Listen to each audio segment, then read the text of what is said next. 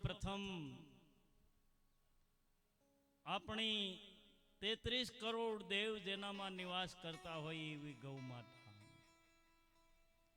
ગૌ માતાને એટલી બધી નાની કરી નાખી છે કે આપણે રાષ્ટ્રમાતા કેવી પડે, કેવી નહીં, આપણી માં તો વિશ્વ માતા છે.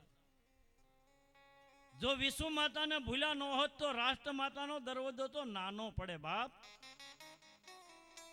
આ કથા એવી છે કે જેણે જે ભૂલ કરી છે ને, ભૂલ કરી છે એને કબૂલ કરવા માટે આ કાર્યક્રમ છે.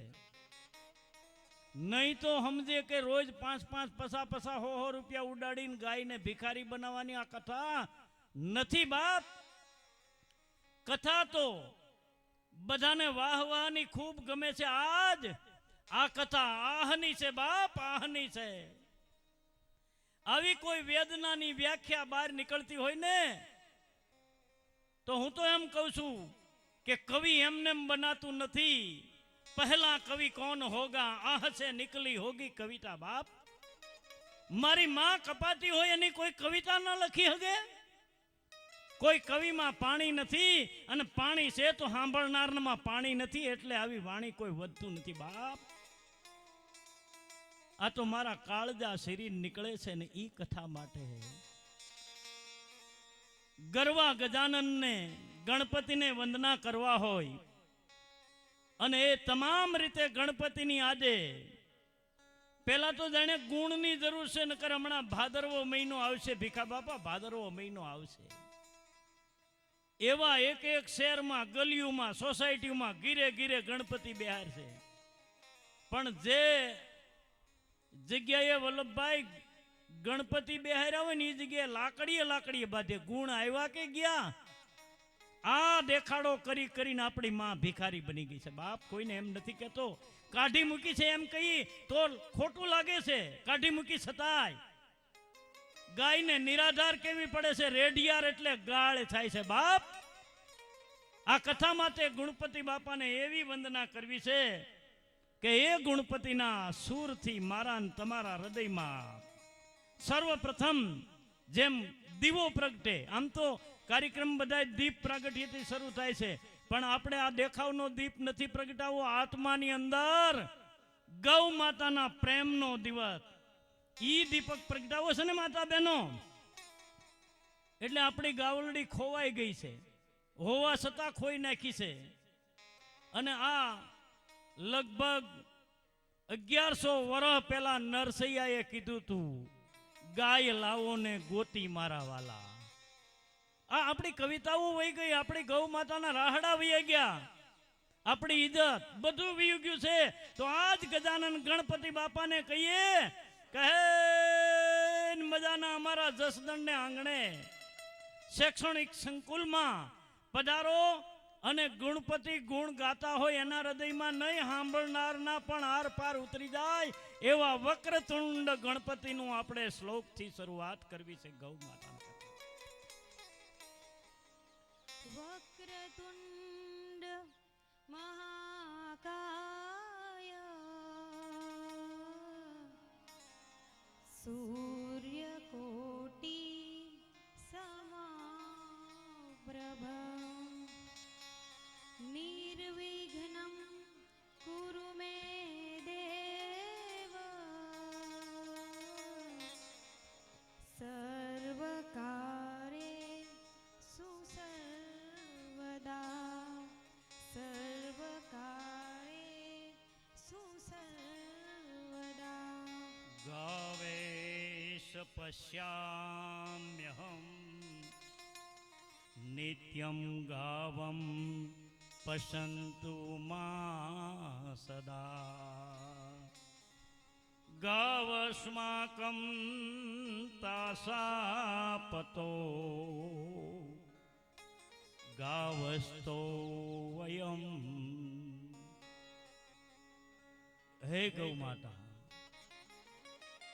આખી પૃથ્વી બ્રહ્માંડની જો રચના થઈ હોય, એક એક માનવીના શ્વાસ હાલતા હોય, આપણે કોઈ માનતા નથી પણ બાર બાર ગાવે. એક ગાય છે ને તેદી કાપનારના ને આપનારના શ્વાસ રૂકી જવાના ને તેદી આઢી ગયા પછી સહી હું દશા થાય બાપ. ધર્મ કવિ કાંઈ આ ધર્મ કવિ કાંઈ ભેખ લઈને નથી આવ્યો, પણ એટલું તો ખરું કે મારી માને ખાતર હું ન બોલું તો બીજો કોણ બોલશે બાપ. અને આમાં એવો કોઈ મારો દાવો નથી કે પટેલનો દીકરો જ કવિ હોઈ શકે. અહીં બબે બારોટની હાજરી છે. શું કામ? એક તો મારા કુળના બારોટ છે એવા ભાઈ મહેશભાઈ, એ પણ અહીંયા પધાર્યા છે એટલા માટે. જો કે એ વાણીના દાતા છે છતાંય કે છે ધરમસિંહભાઈ મારે તમને સાંભળવા છે. બીજા આખા ગુજરાતમાં મોટામાં મોટું બારોટોમાં નામ છે એવા લીલાધર બારોટ, જેમને તાળીઓના ગડગડાટથી વધાવીએ, એમના સ્વર્ગસ્થ લીલાધર બાપાના દીકરા કેશવભાઈ બારોટ હમણાં સરસ રીતે એમણે કીધું કે ગૌ કથા શું કામ કરવી જોઈએ, અને મને વિનંતી કરીને કહે છે કે તમે આવી વાણી વધજો, અમારો બારોટોનો પણ સાથ છે બાપ. ફક્ત જેણે કાઢી મૂકી છે એનો જ સાથ હવે જોઈએ એમ છે. તો આપણે બધા તૈયાર? ગૌ માતાની જે એવી બોલજો તો હું આ ગૌ કથા બરાબર કરીશ, મને ખબર છે. અને હું ફેલ નથી, ફેલ સાંભળનાર ન થાય એટલા માટે જે જોરદાર બોલો. બોલીએ ગૌ માતા કી. આવી ગૌ માતા માટે કબીર વાણી લખાણી બાપા. કબીર વાણી જેવી ગૌ માતાની ફક્ત એક જ સાખી જો આપણા હૃદયમાં ઉતરી જાય, અને આજ એ ગૌ માતાની સાખી સાંભળીએ જેને કબીર વાણી કહીએ. કબીર વાણીમાં સરસ મજાના આ રાગથી આપણે આ સાખીને આપણે શ્રવણ કરીએ. ब्रह्मा ने जब सृष्टि रचाई, गौ माँ जग में आई, गौ शरीर माँ का देवालय, ब्रह्मा विष्णु शिवालय, ब्रह्मा विष्णु शिवालय. બ્રહ્માજીએ સૃષ્ટિ રચી છે, અને આ સૃષ્ટિની માલિપા ગાય ન હોય તો ધર્મ ન ટકે. ધર્મ માટે ધર્મ રક્ષતી હી ગાય. પણ ક્યાં ધર્મ વાળા એ ગાયને હાચવી છે બાપ? ધર્મ સંપ્રદાયના ઢગલા છે, 80 આશ્રમોનો પાર નથી. તમારે 500 વીઘા સમબાઈ જમીન હોય તો તમારા ગુરુએ કેમ ન કીધું પેલા ગાય રાખ નકર મારી કંઠી પાછી લાય? તો આજે ધર્મ વાળાને પણ કાન ખોલીને સાંભળી લેવાનું. ઝઘડા થાય છે એના ઘણા કારણ છે બાપ. જેના આશ્રમમાં ગાય ન પહોંચ હોય તો 500 વીઘાના શિષ્ય હોય એને કેમ ન કહી શકે? એને તો ટોળા જોતા હતા ને. આ ટોળા માથે આજ વાઘ ઝડપ છે ને બાપ, તેથી તમારું કોઈ હારે નહીં આવે. માટે ધર્મ રક્ષતી હી ગાય, ગાય રક્ષતી હી ધર્મ. એટલે તો આપણા દુહા એમ કે છે, ધર જાતા ધરા પલટતા ત્રિયા પડત તાવ તણે વેળા દોઈલી. ભલે રજપૂતો રજવાડાની માલિપા કાવા કહુંબા ધર્મના ધીંગાણાની સુરાની સતીની જતીની જોગંદરની વાતો સાંભળતા હોય, અને હે ડાયરાની માલિપા એમ કહેવાય રંગ જામી ગયો હોય, અને ઈ ડાયરામાં આવી અને કોઈ એમ કે ગોવાળે ધા નાખી કે અમારી ગાયોનું વારણ કરવા માટે તુરકડા આવ્યા. તેથી એમ કહેવાય છે કે કહુંબાનો રંગ ઉતરી જાય અને રંગ સડી જાય. રણસિંગા વાગે સૂતા જાગે, કાયર ભાગે કામ પડે.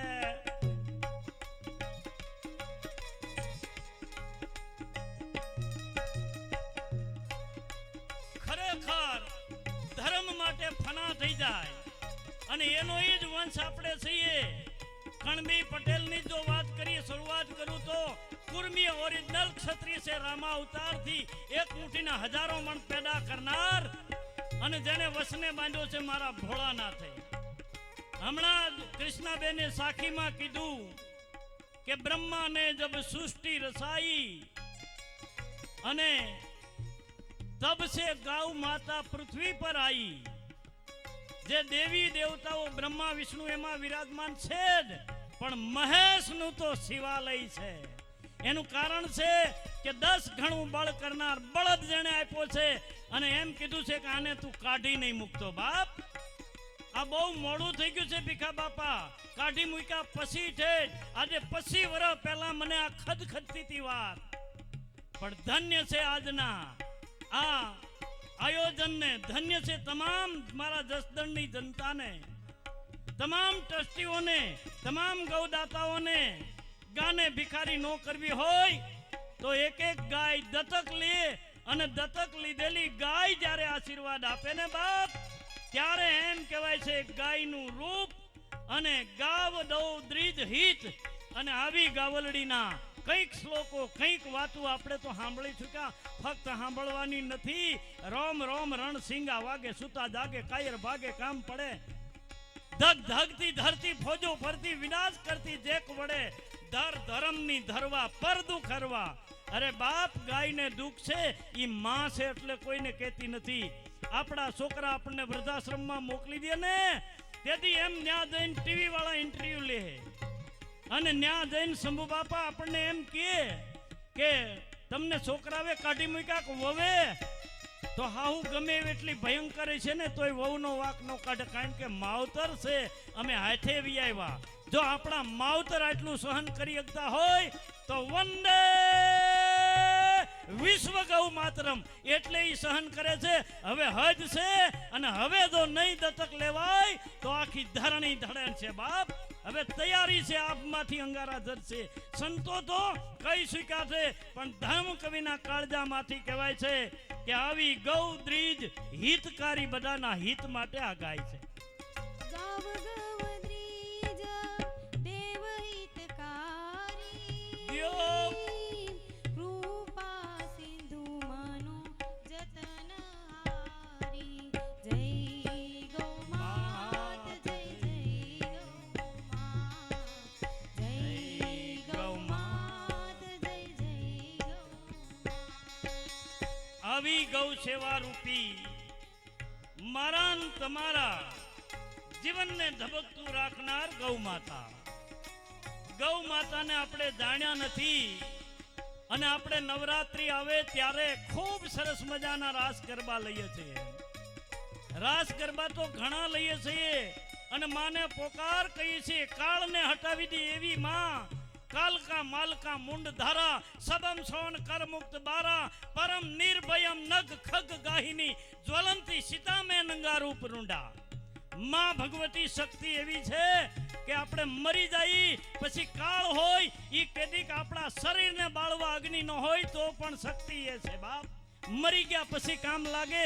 ઈ આપણી માને કાળકાને આપણે કહીએ રક્ષા કરો, રક્ષા કરો, માં પાસે માગતા હોય. પણ આજ લાસાર થઈ ગયેલી ગાય માતા ધર્મ કવિના કલમે કે છે કે હે બાળકો, તમે રક્ષા કરો, રક્ષા કરો, ગાવલડી માત નહીં. આ ગરબાની પંક્તિ છે કે રક્ષા કરો, રક્ષા કરો. બહેનો, માતા બહેનો, તમને ખાસ રિક્વેસ્ટ, વિનંતી, નમસ્કાર, માં ભગવતીનું રૂપ બનજો, અને નવરાત્રિમાં અપહરણ થાય એવા કોઈ પેશ કરતા નહીં બાપ. ધન્યવાદ છે આપણી દીકરીઓ 2,000ની ટિકિટમાં જઈને આ કઈ જાતના છે એવા આભૂષણ પહેરે છે બાપ. અને એટલે તો કવિઓ કહે છે કે આ રૂપ કરતા ગુણ વાલા, ગુણ છે નહીં એટલે આ ઠાઠ કરવા પડે ને. તો આજ માં પોતે પોકાર કરી રહી છે, રક્ષા કરો, રક્ષા કરો, ગાવલડી માતના. બહેનો તમે ઝીલજો, અને પુરુષો તમે ઝીલતા નહીં, બાયુથી દબાતા જ રહેજો. ઝીલવું છે ને, પડકારો કરજો બાપ. આજ તો તમને આ સાબખા લાગજે. આમ કા હું ભોજલરામ બાપાનો ગણાવ ને એટલે હો, ઈ વખત ને માથે બધું તું બહુ ગમ્યું છે. મને કહે ધરમસિંહભાઈ સીઠી આવી, તમે હવે ખોટું બોલો છો.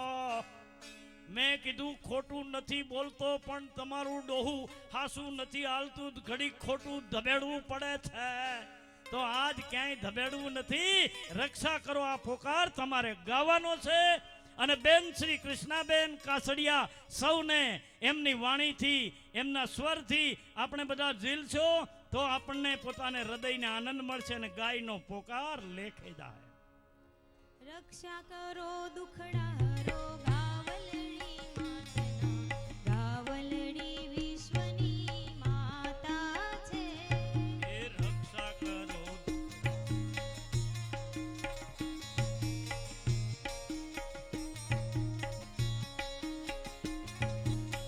રક્ષા કરો દુખડારો ગાવલડી માતના ગાવલડી વિશ્વની માતા છે.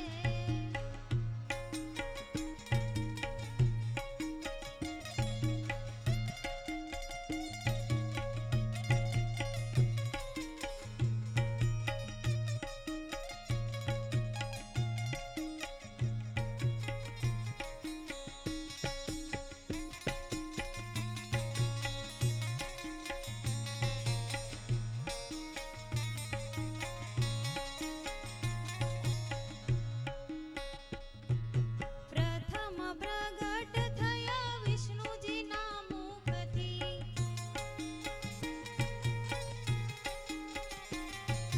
પ્રથમ પ્રગટ થયા વિષ્ણુજીના મુખથી. સત્ય વચન તેજ પ્રગટ્યા રે. તાળીઓ. સત્ય વચન તેજ પ્રગટ્યા રે. રક્ષા કરો દુખડારો ગાવલડી માતના ગાવલડી વિશ્વની માતા છે. એ રક્ષા કરો. આવા પોકારથી માને રક્ષા કરવાનું કેવું પડે. અને પહેલી જ કડીમાં જ્યારે ગીતનો અંતરો પૂરો થઈ જાય અને જે કડીમાં કવિએ લખ્યું છે પ્રથમ વિષ્ણુના મુખથી પ્રગટી. આ મૃત્યુલોકમાં ગાયને આવવાના ઘણા કારણો છે, પણ ગાય પ્રથમ તો સ્વર્ગમાં પ્રગટ ક્યારે થઈ બારોટજી? ભગવાન વિષ્ણુ નારાયણના શ્રી મુખમાંથી તેજ નામ પ્રકાશ અને એવા પ્રકાશના અમોદ સત્વ નીકળ્યું અને એના 4 વિભાજન થયા. 4 વિભાજનમાં પહેલો જ વિભાજન આપણા મારા ને તમારા બધાયના આત્માની માલિપા વાડવા નલ અગ્નિ સળગી રહ્યો છે બાપ. નારાયણ રૂપે જીવની આરે શિવ રૂપે ધર્મને હસવનાર આ તત્વ રૂપે બધાયના હૃદયમાં છે. કેમ હિજડા બની જાય છે બાપ? નારાયણનું તત્વ આપણામાં રમી રહ્યું છે. તમામના આત્મામાં ઈ તત્વ રમે છે. પહેલો ભાગ. બીજો ભાગ તમામ વાણી. પછી બારોટદેવ વડે તોય ભલે, સારણ વડે તોય ભલે, આ બધી વાણી નીકળી છે અને એ વાણીનું શાસ્ત્ર રૂપે બ્રહ્મવેદ વાક્ય કહેવાનું. અને ત્રીજો તેજનો ભાગ લીસોટો એ બ્રાહ્મણ થયા. ચોથો ભાગ સત્વ રૂપેમાં ગાવલડી બ્રહ્માંડમાં આવી અને એ સ્વર્ગમાં ભગવાન વાસુદેવ નારાયણ મારો કૃષ્ણ યદા યદા હિ ધર્મસ્ય ગ્લાનિર ભવતિ ભારત. ભારત માતા માટે ધર્મને નિરૂપણ કરવા માટે જે ગાયની દરરોજ વિષ્ણુ ભગવાન પૂજા કરે છે. એટલે કવિએ લખ્યું છે પ્રથમ માં ગાવલડી પ્રગટ થયા છે અને એની રક્ષા કરો. ગાયને કેવું પડે હવે હદ થઈ છે બાપ. એટલા માટે ધર્મ કવિ આ કથા ઓછી કરશે, પણ કરશે ત્યારે બેડો પાર હશે બાપ. આર પાર ઉતારજો. 33 કરોડ દેવ રૂવાડે રમે છે માને.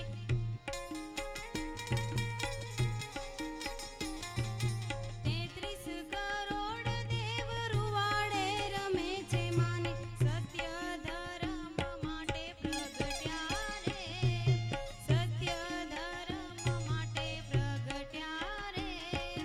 રક્ષા કરો દુખડારો ગાવલડી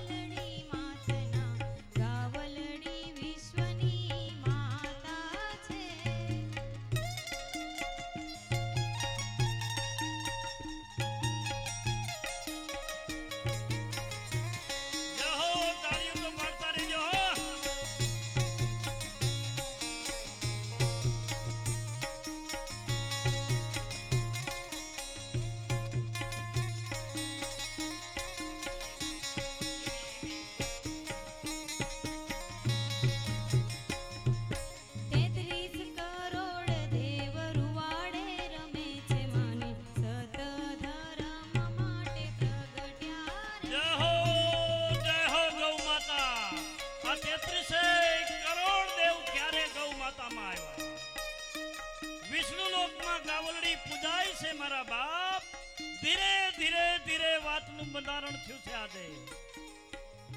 કારણ કે સમગ્ર સૃષ્ટિ ઉત્પન્ન થઈ ધર્મને રક્ષવા દુદુમતો માનવ, પણ માનવ માગણહાર થઈ ગયો. ધર્મ રક્ષવા માટે રાક્ષસોથી હારતો રહી ગયો. અને હજી પણ અનીતિ વાળા જીતે છે ને, એનું કારણ એ જ છે કે રાક્ષસ વૃત્તિ છે ને એની સામે સત્યની પરીક્ષા છે. એટલે બાકી જીત તો સત્યની છે બાપ. એટલે મૃત્યુલોકમાં રાક્ષસોને જીત થાય છે અને મનુષ્ય મંડા હારવા ધર્મ રક્ષાતો નથી. ત્યારે માણસના હૈયામાંથી ત્રાહિમામ પોકાર થઈ ગયો. ત્રાહિમામ શરણાગતમ વત્સ ભગવાન અમને બસાવો. અમે ધર્મને રક્ષી નથી શકતા અને ધર્મને રક્ષવા માટે અમને કાંઈક આપો. ત્યારે ભગવાને કીધું કે હું તમને શું આપું? ભગવાન અમને હથિયાર આપો જેથી અમે યુદ્ધમાં રાક્ષસોને અમે જીતી જઈએ. ભગવાન વિચાર કર્યું, સ્થગિત થઈ ગયા. અને અપાય એમ તો છે ને ઘણાને ઓદરે નહીં. આપણને પૈસા નથી ઓદર્યા બાપ. આપણા છોકરા ફાર્મમાં બેફામ છે. ગૌ કથાની વાત કરી ખાલા મંડે પડવા. વાહ રે વાહ, મારો વંશ વેલો બાપ. હું ધકતો નથી, અંદરથી નીકળે છે બાપ. ભૂલ મોટી થઈ ગઈ છે એટલે આ ભૂલ સુધરે નહીં એવી છે ને. એટલે જ્યાં જ્યાં ગાવલડી છે ત્યાં દત્તક લેવા માંડજો, દત્તક લેવા માંડજો. આ મારા માટે આ ટેજ ઉપર 5 રૂપિયા એક પણ નાખતા નહીં. શું કામ? આ માં ભિખારી નથી. માને તમે ઓળખતા હોય ને તમારી માં હોય તો એક એક દત્તક લેવાની પહેલ કરજો બાપ. હજી દત્તક કથા માટેના ગીતો તો બધા આવશે જ, પણ એવી શરૂઆત કરજો. અને શરૂઆત જેવી તેવી ન કરતા બાપ. ઈ શરૂઆતની યાદ રહી જાય કે આપણી માને આપણે બસાવવી છે. તો હવે લડાઈ કરી અને ક્યાંક મારણમાં ક્યાંક ધીંગાણામાં ખપી જવાની વાતું નથી. એટલા માટે ખૂબ શાંતિથી સાંભળીએ કે આપણે ત્યાં ગૌ કથા, આમ તો ગૌ કથાની જે આપણે આયોજન કર્યું ઈ પહેલા આપણા ટ્રસ્ટીમાંથી મુખ્ય નામ ઘણા છે, સારા સારા, એકથી એક સળિયાતા છે, પણ જેમના જમાઈ વિદેશ છે એમણે એક ગોપી નામની ગાયને દત્તક લીધી છે. દત્તક તો એ રીતે લીધી છે જેમ મહેશ સવાણી દીકરીઓને પરણાવે છે, આજીવન જવાબદારી લે એમ છે. એ રીતે આપણે બધાને દત્તક કથામાં આવ્યા છે તો આજીવન જવાબદારી ન લઈ શકો તો કાંઈ નહીં, પણ વર્ષ પૂરતી તો જવાબદારી 5100 રૂપિયામાં લેવાની છે. વળી ધરમસિંહભાઈએ માગવાનું કર્યું. આપણે રાકા મુવાસી જ બીવો છો, ન દેવાય કાંઈ નહીં, કોક દીથી તાળીયું પાડજો. નકર ઘણા એમ કે છે કે તનથી સેવા કરીએ એટલે અહીં કણે કામે લાગી જાય. આજે 2 દીથા તો 2-3 દીથા આમ આયોજનમાં બધા કામ લાગે, એ તનથી. પણ ધનથી નહીં, ઘણા ધનોએ કીધું છે અમારી પછી ગાય દત્તક લેવાની છે એવું કીધું છે. પણ પછી કરતા નાનામાં નાનું એક ગાય નામ લે છે ને એનું નામ પહેલા આવશે. કારણ કે ગોપી ગાય વર્ષો પહેલા અમેરિકાથી એમના જમાએ, વલ્લભભાઈના જમાએ એણે દત્તક લીધી છે. પછી એનો વંશ વેલો હાલો રે ત્યાં સુધીની જવાબદારી. આવડો મોટો દાતા બાપ આ તાળીઓના ગડગડાટથી વધાવીએ. આપણે દઈ ન ગીએ પણ મનના નબળા હોય ને તાલી ન પડે ન દેવાય. તઈ તો જમરાજા આવશે તો એ ખબર પડશે. હમણાં જમરાજા આવ્યા હતા કોરોનાનું રૂપ લઈને. જમાવટ હતું, જમાવટ. ભલા માણા હગા દીકરા પાણીનું પાવળું હું મોઢું જોવા ન આવવા દે એવો જમ. એમાંથી બસી ગયા હોય એને નિર્ણય કરવાનો છે.